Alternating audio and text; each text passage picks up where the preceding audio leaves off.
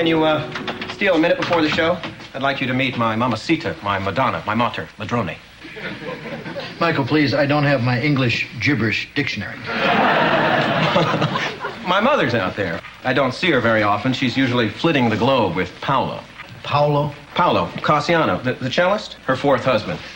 He's in Boston to play Brahms or somebody. So she's just run up here to see me produce my brains out. And I've told her you're the element that really makes my show work. Your show? Vermont Today, starring Dick Loudon. Give me a break, Dick. When your mother's here, we'll say it's your show. Oh, by the by, Dick, I found some people who want to purchase commercial time on Vermont Today, and they want you to be their spokesperson. Michael, I really don't see myself hawking products. Dick, dismount from that high horse. Hausman and Olivier have done commercials, and they had reputations to protect. Read the script. The Queen of England would be honored to appear in this. Yeah, she and I are always up for the same parts. So I finally told the stewardess, my dear, we bought this cello a ticket. If there are too many passengers, perhaps you can slide them under the seats. Well, you know how Paolo hates scenes. Speaking of scenes, Mum, this is my Vermont Today set. Michael, you designed this? Well, I didn't actually hold the pencil. Oh. But I worked closely with a man who did. He was wondering how people would enter and exit. I said, how about a door? Voila. Very resourceful. Ernie, move this plant. It violates the aesthetic balance of the set. Okay, Mr. Harris, but it's covering that burn in the rug from the time that fire eater belched. Oh, yes, well, better leave it where it is. And tell the others, anybody who touches that plant answers to me. Right, Mr. Harris. Well, if nothing else, you do seem to have the respect of your men. Michael, you conniving weasel, I read the commercial. Oh, hi there. Dick Loudon, Mrs. Lily Cassiano. The weasel's mother. Listen, I didn't mean... No need to explain, Mr. Loudon. When creative people show fire, I know it was ignited by a divine spark. Yeah. That's the way it fell in here. Phone call from Mrs. Cassiano? Oh, it must be Paolo. Excuse me. Michael, I'm sorry, but you forgot to mention that the commercial is for Swiss-style dog food. Oh, didn't I? It's a Sacco product, shaped like little chocolate bars. Pooch thinks he's getting a forbidden treat. The script calls for me to wear those leather shorts. Dick, the grandfather in Heidi wore them, and he's one of the most beloved characters. Michael, I'm not doing the commercial. Try to get that through your thick, handsome face.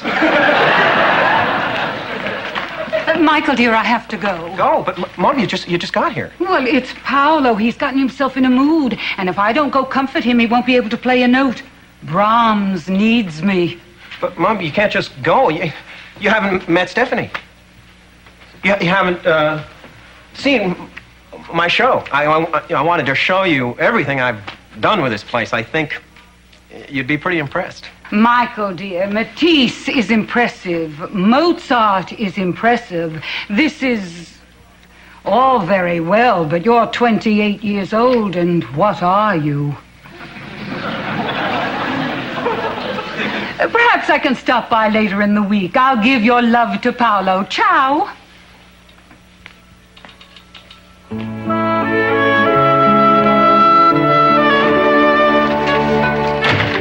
Dick, Joanna, great to see you. Hi, Michael. Stephanie's getting dressed. Yeah, fine. Dick. Joanna, you're a tasteful sort of guy and gal. I want you to listen to something and tell me what you think.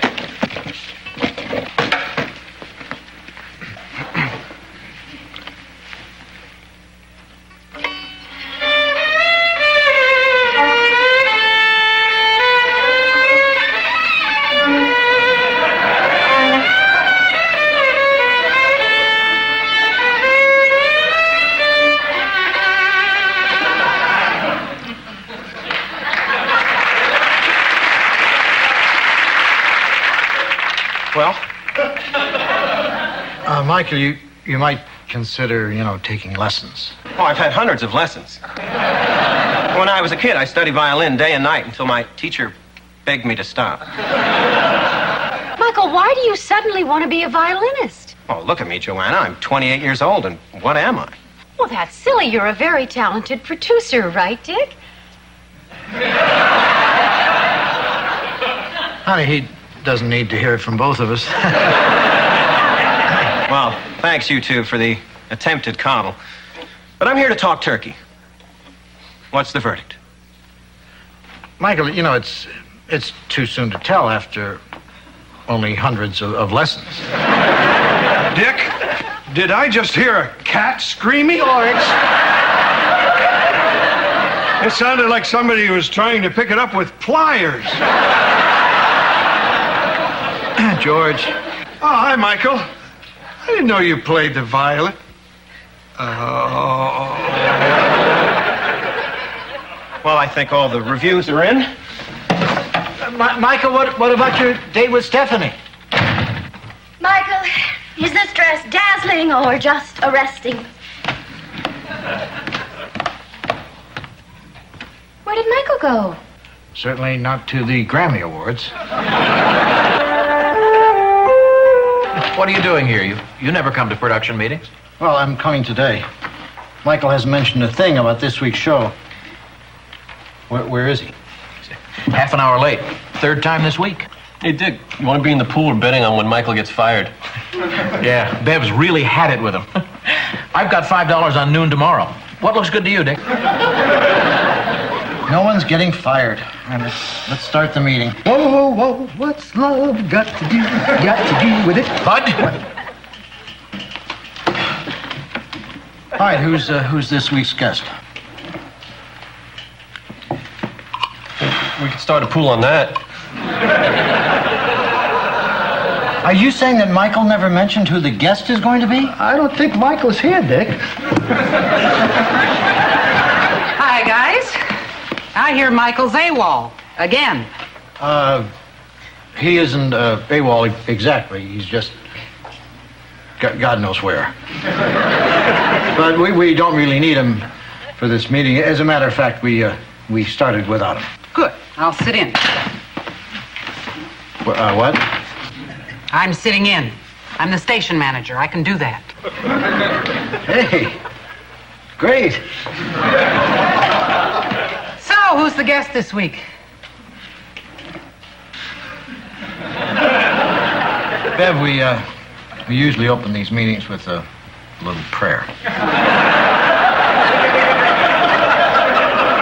Hi, all. Sorry I'm late. My ballet class ran over. Dick, taking an interest in production, are we? Bev, great pearls. So, what about this week's guest? Yeah, what about him? Norton Firth, the pie-eating champion? He's going for the world's record for gooseberry. Here's some background on him. Always liked pies? Well, that's our show. Looks like a winner. And good job, everybody. Michael? Not now, Dick. I've got to get in some work on my epic poem. The Iliad 2. The day after. Bye, all. Michael! No, that's what I call a good producer. Not a second wasted. He is a good producer. But if he screws up one more time, he's fired. Have you given any thought as to what time you might do that? I don't understand. How are you going to interview a guy while he's stuffing pies down his throat? Well, it shouldn't be so hard. I've already laid out a few questions. Would you like a napkin? Hi, all. Oh, hi, Michael. Stephanie, Michael's here. Michael, I think I should warn you, Bev is this close to firing you. Oh, not now, Dick. I think I finally found my creative medium. Conceptual art. I'm showing it to Mom tomorrow, but I've arranged for a sneak preview. It's out on the lawn. Bad news, Dick. Somebody just dumped garbage on the lawn. What? So, what do you think?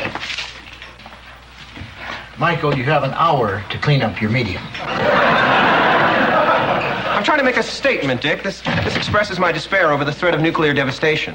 It's ugly. Michael, are you okay? Yeah, you don't seem to be able to concentrate on anything. Oh, stop worrying. I'm fine. 2, 3, 4.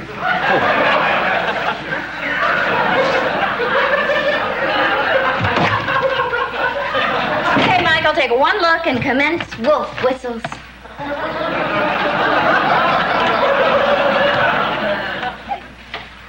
He's not here again? Well, if it'll make you feel any better. Yo, what a babe! Mr. Loudon, I'm Winston Bedell. We're all very excited.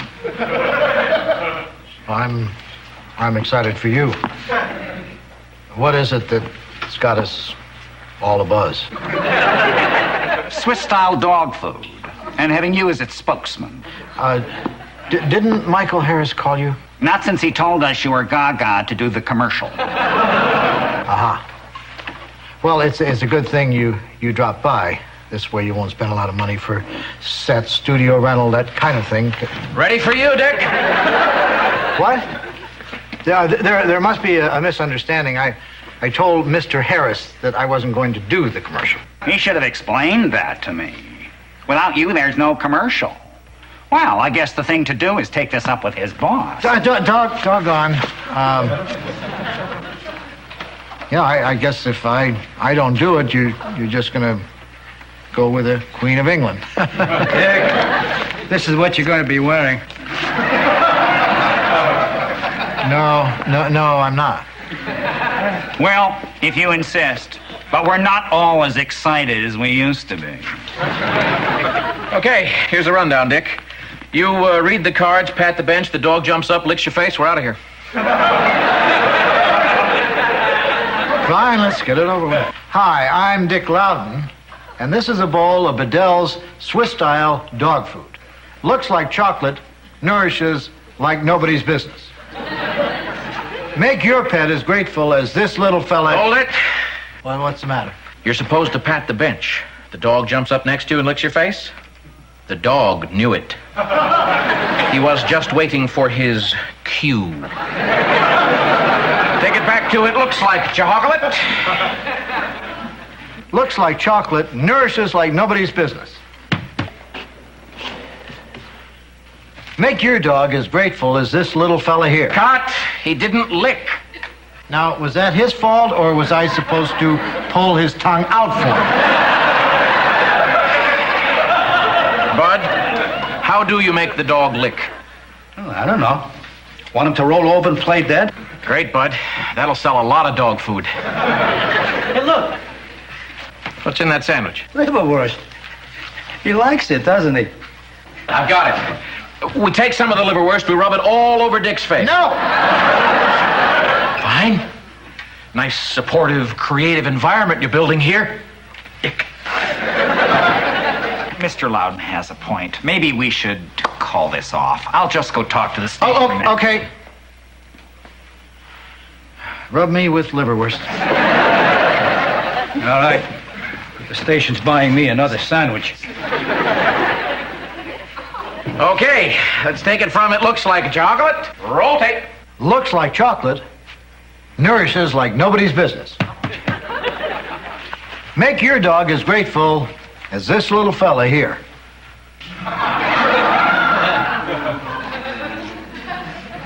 Oh, come on. Cut! I don't believe this. Hey, you know what my dog likes? Ice cream. No good. Ice cream would show up on Dick's face. Not if you put it in his ear. You're a genius. Go to the machine. Wait a minute. What's your favorite flavor, Dick? To listen to? Look, this is where I draw the line. No ice cream in my ears. Hi. How's the commercial going? Just great. Well, don't let me hold you up. I'll just stand over here and watch. Strawberry, Ernie.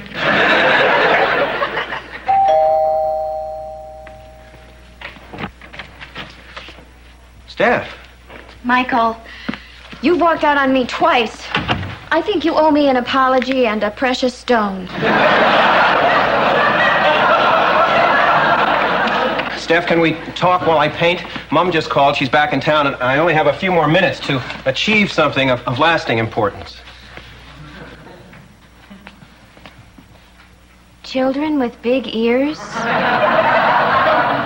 Well, the ones with big eyes got a lot of attention. Michael, those kids were cute. These kids need plastic surgery. Well, maybe I can finish the first chapter of my novel.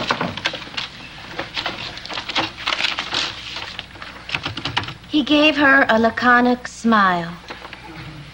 Don't give me that laconic smile, she snapped.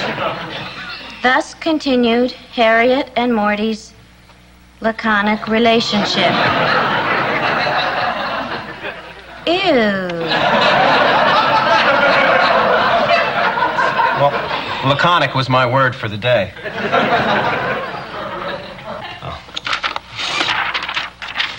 Michael, come and sit down.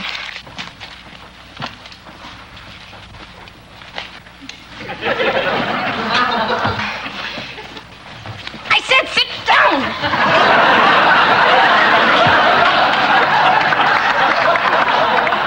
Michael, novels, paintings, the violin. Why are you ignoring me and doing all these really unimportant things? Steph, I'm trying to find my talent. Talent? What do you want that for? That's the only thing my mother respects. I've been trying to come up with one as long as I can remember. One time in school, I made this clay squirrel with a bushy tail and a little nut in its paws. I was so proud. And I brought it home to show Mom.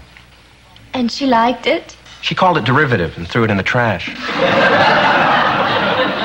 Didn't your mother know anything about raising a child? Every time I made anything in school, my parents would buy it. In the 3rd grade, I took in $20,000 just making tracings of my hands. I wish I'd had your parents, Steph. Well, but after the squirrel incident, I made up my mind to abandon all hope of creativity and become a producer. But you love being a producer. Well, that's not important, like being an artist. It's better. Producers have big houses and cars. You almost never hear the word starving in front of producer. True. Artists are poor, have nervous breakdowns, and amputate portions of their body. Now, which one sounds good to you? Well, I'd be a fool to be anything but a producer if you put it that way. Oh, my God, she's here, and nothing's finished. Steph, stall her. I've only got 4 chapters to go. You are not letting that woman push you around anymore. And that's an order.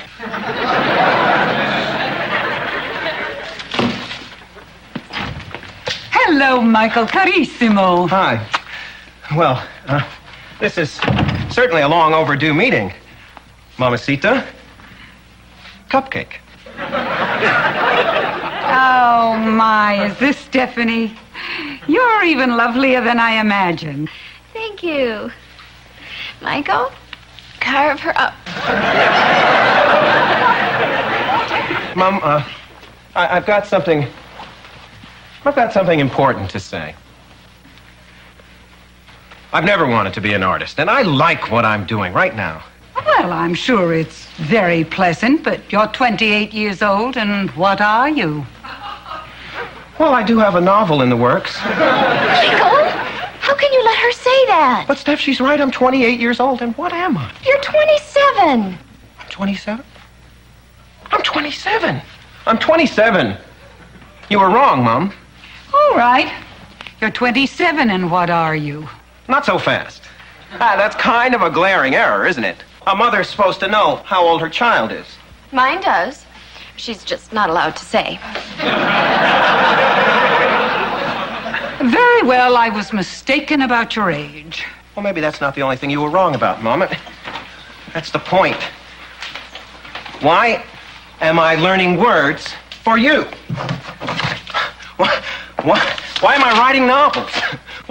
Why am I painting kids who look like Dumbo?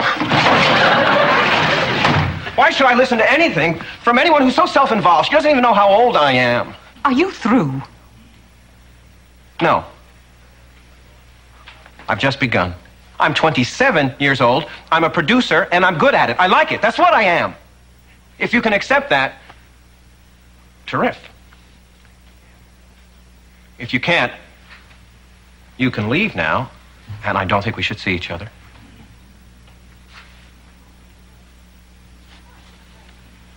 Well, my plane isn't for a couple of hours, and you did promise me dinner. A smashing dinner. I'll write it off to the station. Producers can do that, you know. Michael, I've never seen you so focused, so passionate. If only you could channel that into art. Mom,